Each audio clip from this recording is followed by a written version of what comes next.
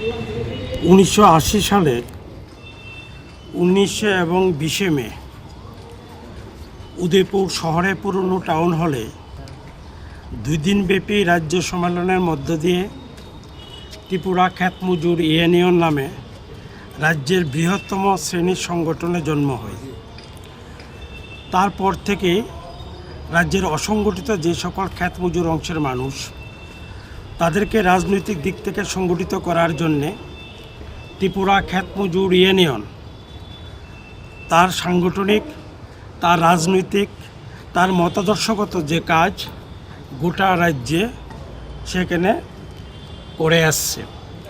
তো আমরা এটা বলতে চাই যে আমাদের দেশে প্রায় 19 থেকে 20 কোটি হচ্ছে এই খ্যাত মজুর কৃষি শ্রমিক। তারা অর্থনৈতিক দিক থেকে অনেকটা পিছিয়ে, তার একটা বড় অংশ দারিদ্র্য সীমারেখা নিচ্ছে তাদের অবস্থান।